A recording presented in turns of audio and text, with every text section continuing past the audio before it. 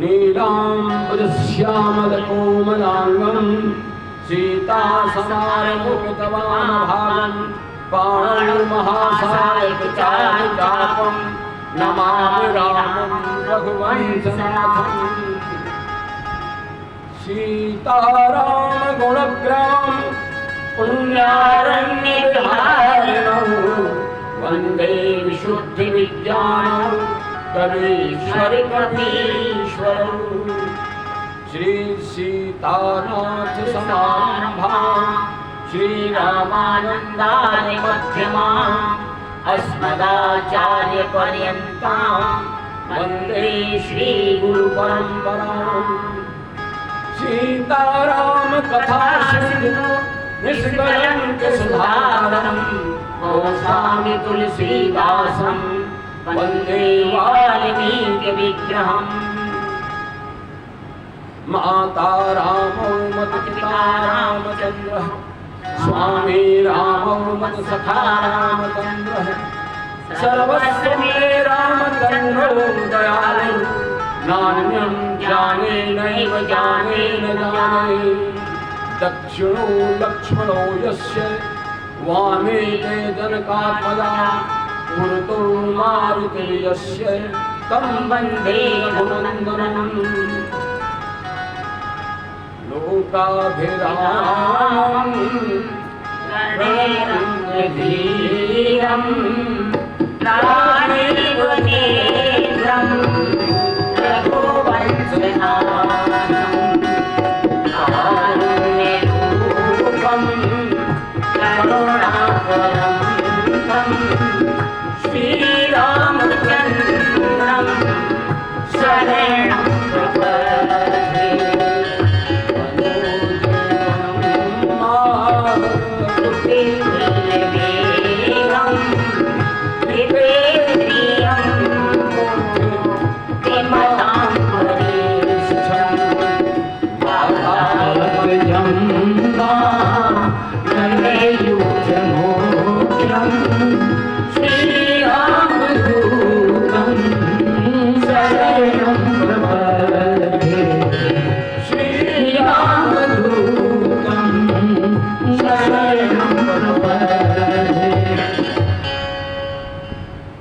जैसा कि मैंने कल आप लोगों को अवगत कराया था, आज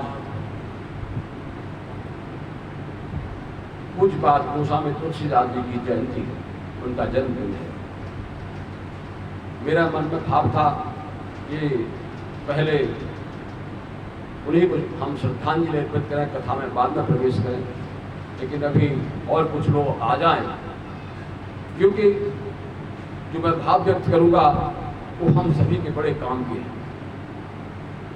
ये रामचरितमानस तो है ही, इसके अलावा जो गोस्वामी तुलसीदास जी में विशेषताएं थी, थोड़ा सा उस पर प्रकाश डालने का प्रयास करूंगा। आप सुनेंगे तो अच्छा लगेगा। आइए कथा में प्रवेश करें। ये अयोध्या कांड का प्रारंभ है और इसमें मंगलाचरण है। शुरुआत भगवान शंकर की वंदना से। वामांगे च विभात भूधर सुता देवा पगामस्तके। शब्दों को सुनना समझ में आएंगे, भले संस्कृत में है वंदना। वामांगे च विभात भूधर सुता।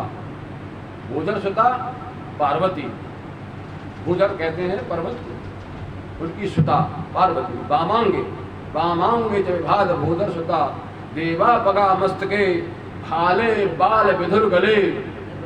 उनके शीश पर बाल चंद्रमा, मतलब द्वितीया का चंद्रमा। भाले बाल विधुर गले च गरलम यस्यो रसि व्यालराट। उनके गले में भुजंग सर्प। सोयम भूत विभूषण है सुरवर है सर्वाधिप सर्वदा सर्वः सर्वगतः शिवः सचिवः श्री शंकर पात्मान। सर्वगत हैं, हम सब में व्याप्त हैं। शिव माने कल्याण। शिव का अर्थ जो है वो कल्याण से है। सत्यम शिवम सुंदरम। सत्य ही शिव है और शिव ही कल्याणकारी है, ये बात है। दूसरा श्लोक वंदना का उसमें अपनी श्री राम की वंदना है, ध्यान देने योग्य की बात है। प्रसन्नताम ज्ञान गताभिषेक ततस्थान ममलौ वनवास दुःखतः मुखाम बुज श्री रघुनंदनस्य में सदा सुसा मंजुल मंगल प्रदान। भगवान का मुखमंडल है वो सदा मंजुल और मंगल का प्रदाता है।